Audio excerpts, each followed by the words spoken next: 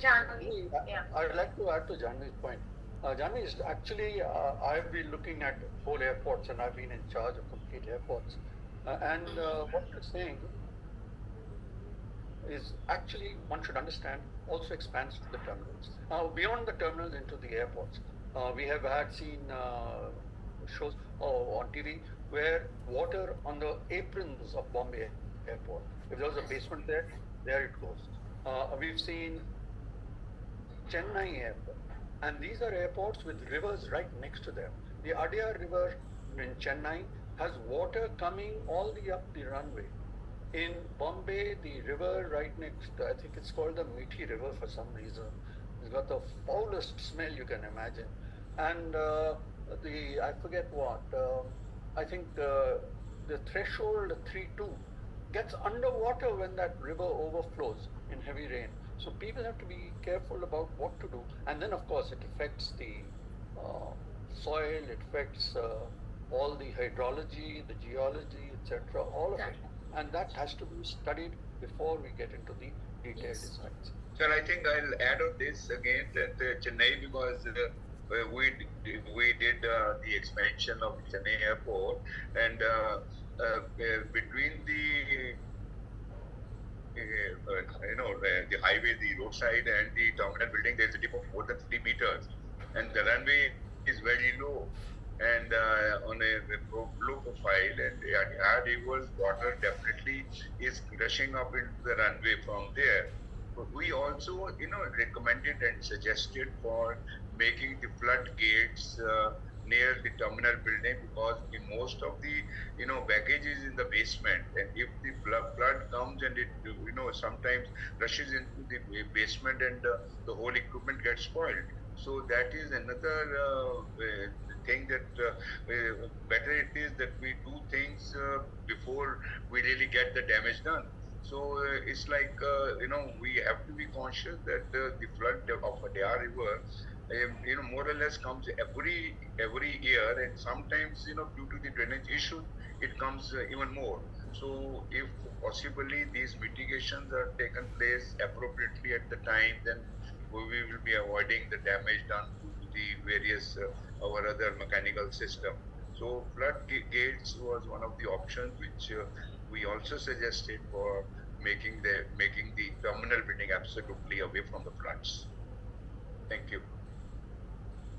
Thank you all of you for sharing your expert views. Moving on to my next question.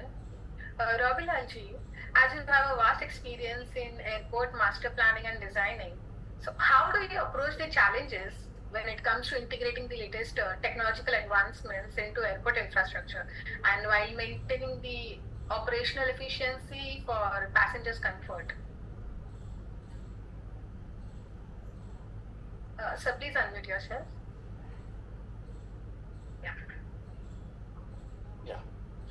Sorry. The latest technologies that are changing life within an airport is really, to my mind, information technology, IT. And it's going to be both by wire as well as, by wireless connectivity.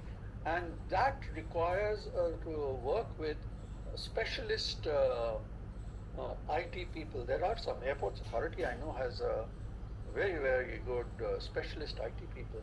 And I have actually got a list. I've kept it in any case. We are all confirmed, CCTV, FIDS, etc. Now we are getting into passes, e-passes. Singapore already has, for regular frequent flyers on international flights, just about every flight in Singapore is international. They're getting into face recognition. You don't have to go and get your stuff stamped and passports, etc. All that is coming up.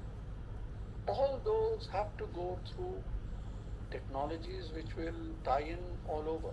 You can go out of your Delhi and come back into Bombay, or go out of Bombay, come back into Chennai, or any of this whole integrated system is not just of the one terminal, one airport. It's for the whole country as a whole. And therefore, the airport operations database, their control rooms are most important. And those are becoming new places, and I imagine Charanjit also would have to take a look at it, and Janvi.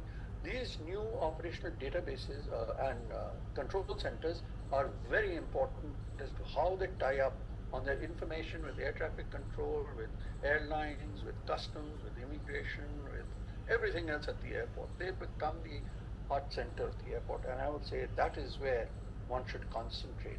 Other things, also on a much slower scale, but we don't realize how it is, except though Janvi in one of her places said that retail revenue is very high. For example, you've got to provide nodes for TVs and closed circuit television, you've got to provide nodes for advertisements that keep changing. Things like that also have to be taken into account. And those have to be done um, Wi-Fi's, links to duty-free shops, which he mentioned, that 20% of people end up spending money in duty-free. So things like that become very, very. You want to be connected to an aero bridge and passenger boarding bridges, because who's come, who's gone, which flight is there.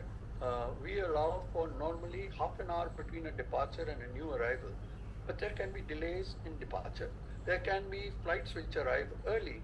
You've got to figure out where to send people, where to do it. You fly in from Washington or New York or something, your flight arrives half an hour, 45 minutes, an hour early. It's happened to me. And where does it go? You didn't have that space open for that particular flight. So that sort of information technology and monitoring systems is going to be, and while I've been in airport operations for a long time, I would say it's not really an architect's job. It had nothing to do with architecture. It had to do with technologies and specialists who came in and with whom we consulted, so we can put in the right sort of things. The other thing that's coming up for new technologies is self-check-in. Not just check-in at the airport, but Bangalore has this place where you can go and get rid of your baggage, etc., boarding pass, everything in the terminal, in Terminal 2. That really is, and it's a big thing, and you have to be a little experienced. Otherwise, for normal passengers, Digi Yatra is good enough to take you through the terminal. But then for security check or going into the security hold itself, not just into the building, or security hold, but within the security hold into particular security areas, all of these are information driven. To be able to calculate capacities for this and what is the throughput time, etc., is something that architects will have to learn very, very fast. Thank you. Thank you, Robiji, for sharing your insights on how technological advancements are, helping airports evolve. Moving on to my next question, Mr. Charanjit ji, your work spans diverse infrastructure projects that includes airports and metros, and they are well known for the sustainable designs. So, how do you integrate green architecture principles into such large-scale transit hubs like airports, while maintaining the balance into environmental impact, at the same time keeping the airports operational? I mean, this is like, I would rather say that from micro to micro level, if the basic principle of design, the process is adopted in a proper manner, and you go through a process where you need to see that in the very composite climate, I need to be away from the west hard sun and the shaded south, and get more of the north light, mutual shading, perhaps and then how the envelope is framed out so that the less of heat is like minimizing heat gain and maximizing daylight into the building. There are just fundamental basic issues needs to be addressed, and you shape and size of the building is stimulated according to the natural and also the solar oscillation. So if we practically respect the nature and these various features, then accordingly you create a sustainable building which ought to be practically sustainable, and you are conserving your energy. So it's perhaps not that, and I would say that most of the airports, wherever the terminals are, they are either they are practically south faced, and on the south face, when we make a building, then we need a cantilever. Like in Chennai airport, we made a largest cantilever in any of the aviation building, and the terminal was 80 feet.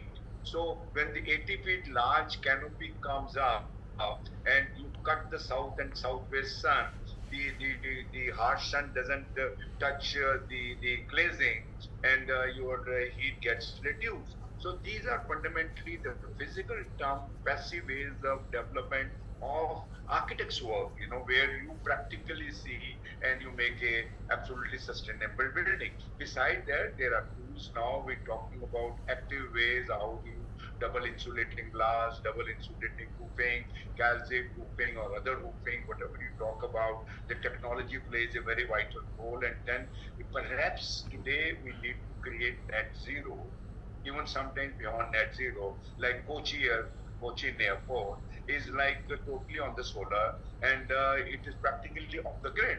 So practically these are some of the components which I think we need to realize that if we want to survive, we need to make everything from a larger project to a smaller project as net zero. So perhaps that's the journey of any project. Larger are the bigger.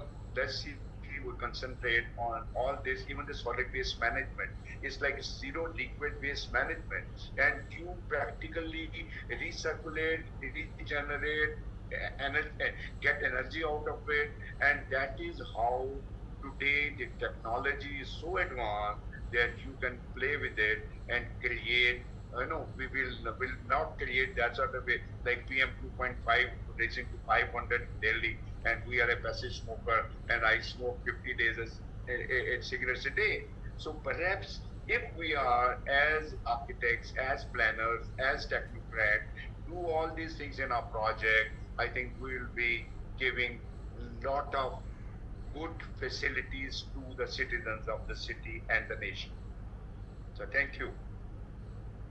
Thank you, sir, for enlightening us with your strategies to implement such fundamental green architecture and airport designs.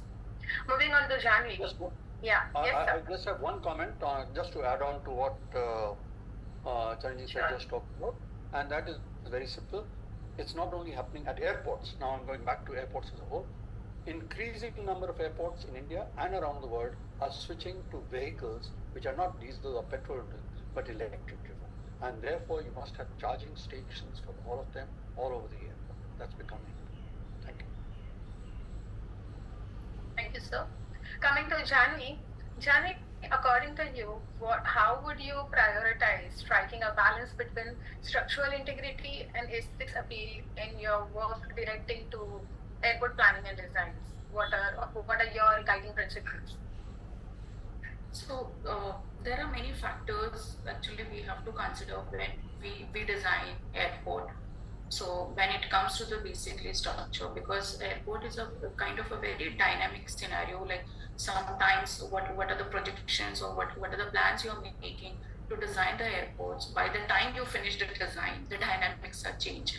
So one of the factor which is very important is the modularity and the flexibility in the design, in the structural design, because that really helps for the airport designer to take a decision for all the future kind of effects which is going to have on the development.